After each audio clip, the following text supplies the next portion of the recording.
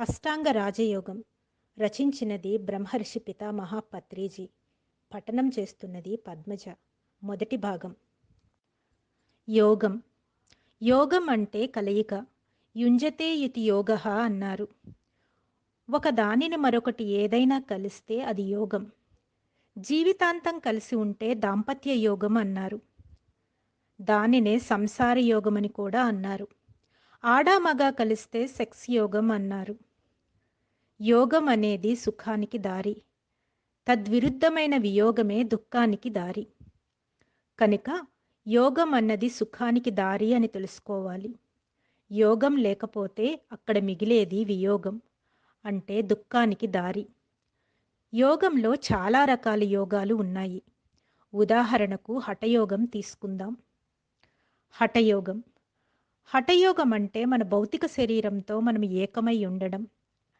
అనేక రకాల ఆసనాలతో, ముద్రలతో, హఠయోగ ప్రాణాయామ రీతులతో మన శరీరంతో మనం ఏకమై ఉండడమే హఠయోగం అంటారు. దానివలన ఎన్నో లాభాలు శరీరానికి చేకూరుతాయి. శరీరం సుఖంగా, ఆరోగ్యంగా ఉంటుంది. కర్మయోగం. కర్మయోగం అంటే మనం చేసే కర్మలతో పూర్తిగా ఏకమై ఉండడం. ఒక విద్యార్థి చదువుకునేటప్పుడు చదువుతోనే కలిసి ఉండాలి. ఒక వ్యక్తి భోజనం చేసేటప్పుడు ఆ ప్రక్రియతోనే ఏకమై ఉండాలి. మరి నేర్చుకునేటప్పుడు నేర్చుకునే ప్రక్రియతోనే ఏకమై ఉండాలి. ఆ విధంగా మనం చేసే ఆయా క్రియలతో, ఆయా కర్మలతో పూర్తిగా లీనమై అందులో ఉండడాన్నే కర్మయోగం అన్నారు. యోగః కర్మసు కౌశలం అని శ్రీకృష్ణ పరమాత్మ కూడా అన్నారు. కనుక చేసే కర్మలలో పూర్తి కౌశలం చూపించడమే కర్మయోగం. నాదయోగం. నాదయోగం అంటే చక్కటి సంగీతంతో మనం ఏకమైపోవటం. సంగీత రసాస్వాదంలో మనం లీనమైపోవటాన్నే నాదయోగం అన్నారు. జ్ఞానయోగం. అలాగే జ్ఞానయోగం మహత్తరమైన ఆత్మజ్ఞాన పుస్తకాలలో ఉండే జ్ఞానముతో ఏకమై ఉండడాన్ని జ్ఞానయోగం అంటారు. ఒక పుస్తకం అంటే ఒక భగవద్గీత కానీ, ఒక పతాంజలి యోగ సూత్రాలు కానీ చదువుతున్నప్పుడు అందులోని జ్ఞానముతో పూర్తిగా సమ్మిళితమైపోయి ఉండడాన్ని జ్ఞానయోగం అంటారు. అంటే జ్ఞానముతో ఏకమైపోవడం అన్నమాట. మన శరీరంతో ఏకం కావడం హఠయోగమని, మనం చేసే కర్మలతో ఏకమై ఉండడాన్ని కర్మయోగమని, ఆత్మజ్ఞానముతో స్వాధ్యాయము ద్వారా ఏకమై ఉండడాన్ని జ్ఞానయోగమని, చక్కటి సంగీత సుధారసముతో ఏకమై ఉండడాన్ని నాదయోగమని అంటారు. భక్తి యోగం. అలాగే మన భక్తి యోగం ఉందనుకోండి, సకల చరాచర సృష్టితో ఏకమై ఉండడమే భక్తి. నేను, నాది అనేది తీసివేసి ఉన్నప్పుడు ఆటోమేటిక్గా సకల చరాచర సృష్టితో అదే నేనుగా, నేనే అదిగా ఉండే స్థితే భక్తి యోగం. అది మనిషి యొక్క చమరదశ. అది రావాలంటే మిగతా యోగాలు క్రమక్రమంగా సాధన చేసి సిద్ధహస్తుడైనప్పుడే ఆ అపారమైన నేను లేను, ఐ యామ్ ఎవ్రీథింగ్, నేనే అంతా అన్న భక్తి స్వరూపం తెలుస్తుంది మనకు. దాన్నే భక్తి యోగం అంటాం. అంతేకాని గుడిలో గంట కొడుతూ హారతిస్తూ దాంతో ఏకమై ఉండడం భక్తి యోగం కాదు. ఏ శ్రీకృష్ణుడితోనో ఏకమై ఉండడం భక్తి యోగం కాదు. కనుక ఈ భక్తి యోగానికి దారి అనేది మిగతా యోగాల ద్వారా వస్తుంది. రాజయోగం. అన్నిటికంటే ముఖ్యమైనది కనుకనే దీనిని రాజయోగం అన్నారు. అంటే చాలా ముఖ్యమైన యోగం అన్నమాట. రాజయోగంలో మనం మన అతీంద్రియ శక్తులతో ఏకమై ఉంటాం. మన మూడో కన్నుతో మనం ఏకమై ఉంటాం. మన సూక్ష్మ శరీరం, కారణ శరీరం, ఇతర శరీరాలతో మనం సదా ఏకమై ఉంటాం. భౌతిక శరీరంతో ఏకమైనప్పుడు మనం హఠయోగం ఎలా అవుతామో, మన సూక్ష్మ శరీరం, కారణ శరీరం, మహాకారణ శరీరాలతో ఏకమై ఉండి తత్లోకాలలో మనం విహరిస్తూ ఉండడమే రాజయోగం. రాజయోగం అంటేనే మనకు వెంటనే పతాంజలి మహర్షి స్ఫురిస్తారు. భారతదేశ స్వతంత్రం అనగానే మహాత్మా గాంధీ స్ఫురించినట్లు.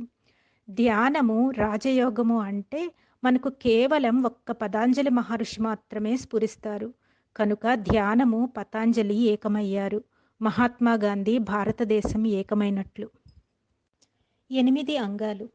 అష్టాంగం అంటే 8 అంగాలు.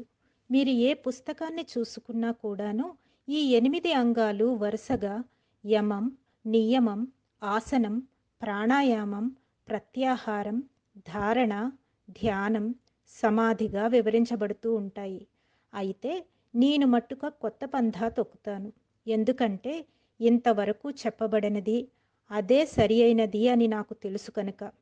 అసలు శాస్త్రం ఏమిటంటే అష్టాంగాలలో మొట్టమొదటిది ఆసనం, రెండవది ప్రాణాయామం, 3 ప్రత్యాహారం, 4 ధారణ, 5 ధ్యానం, 6 సమాధి, 7 యమం, 8 నియమం.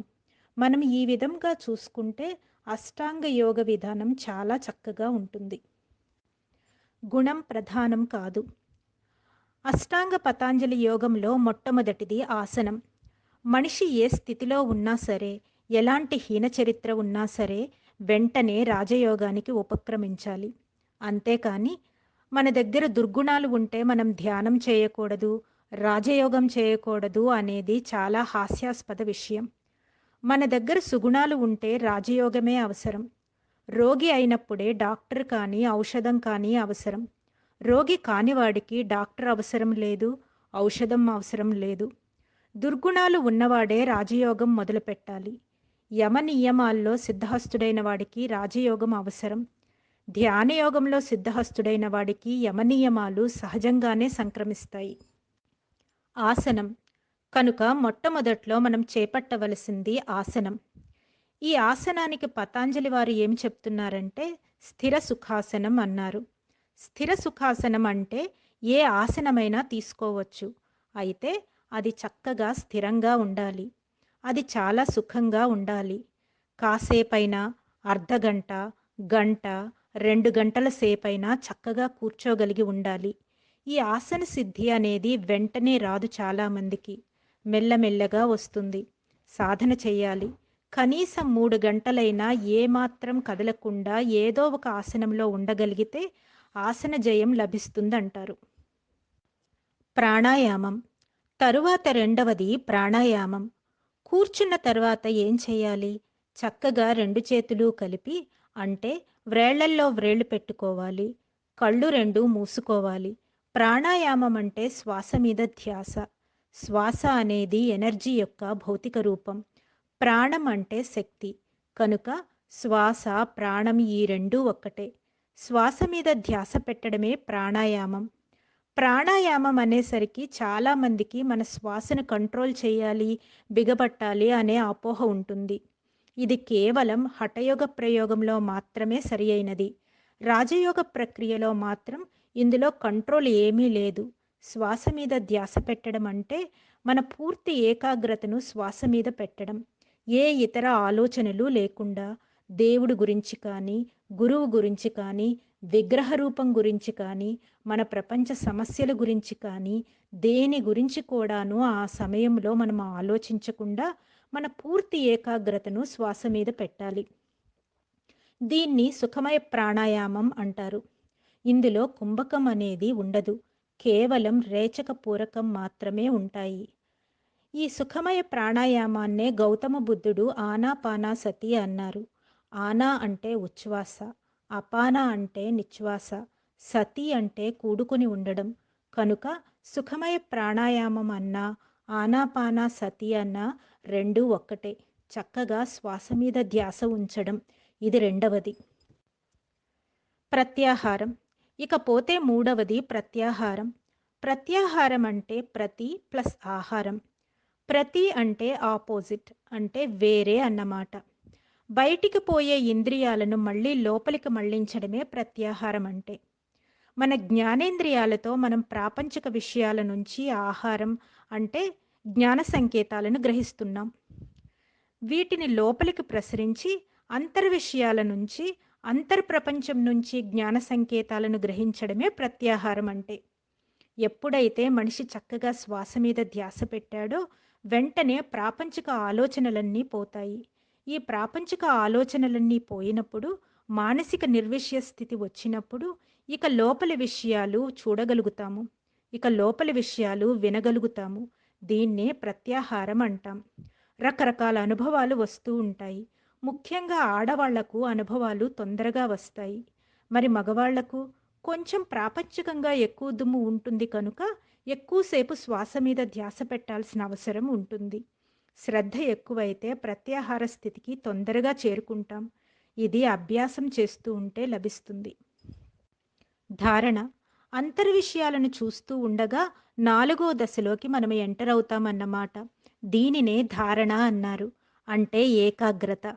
ఈ ఏకాగ్రత అనేది మనం అంతర్విషయాల్లోకి చూస్తున్నప్పుడు, అంటే మన అంతరేంద్రియాలు ఉత్తేజితమై అంతర్విషయాలను గ్రహిస్తున్నప్పుడు ఏ మబ్బులో, ఏ లైటో, ఏ నక్షత్రాలో లాంటి అనుభూతులు మనకు కళ్ళు మూసుకొని శ్వాస మీద ధ్యాస పెట్టినప్పుడు కలుగుతున్నాయో వాటి మీద మనం పూర్తి ఏకాగ్రతను పెట్టి గమనించడం అనేదే ధారణ. చాలామంది చాలా పుస్తకాల్లో ధారణ అంటే ఇంకా ప్రత్యాహారానికి ముందు స్టేజ్ లాగా మన ఆలోచనలో ఏదో ఒక దాన్ని చేయటమే ధారణ అంటారు. కానీ మౌలికంగా ఇది ప్రత్యాహారం అయిపోయిన తర్వాత స్థితి. అంటే మైండ్ ఖాళీ అయిపోయిన తర్వాత అంతర్విషయాలు గ్రహిస్తున్నప్పుడు, అంతర్విషయాలు వీక్షిస్తున్నప్పుడు, ఆ అంతర్విషయాల మీద మనం ఏం చేస్తున్నామో, కళ్ళు మూసుకొని ఏం అనుభవిస్తున్నామో దాని మీద ఏకాగ్రత చూపించడమే ధారణ.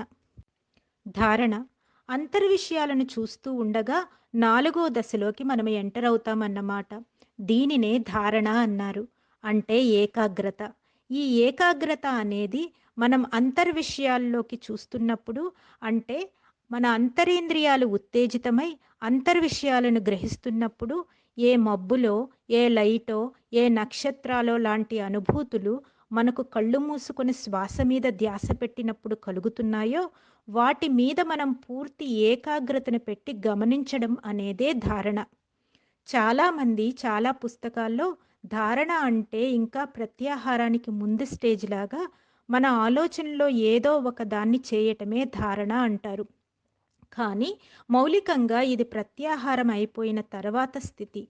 అంటే మైండ్ ఖాళీ అయిపోయిన తర్వాత అంతర్విషయాలు గ్రహిస్తున్నప్పుడు, అంతర్విషయాలు వీక్షిస్తున్నప్పుడు, ఆ అంతర్విషయాల మీద మనం ఏం చేస్తున్నామో, కళ్ళు మూసుకొని ఏం అనుభవిస్తున్నామో దాని మీద ఏకాగ్రత చూపించడమే ధారణ.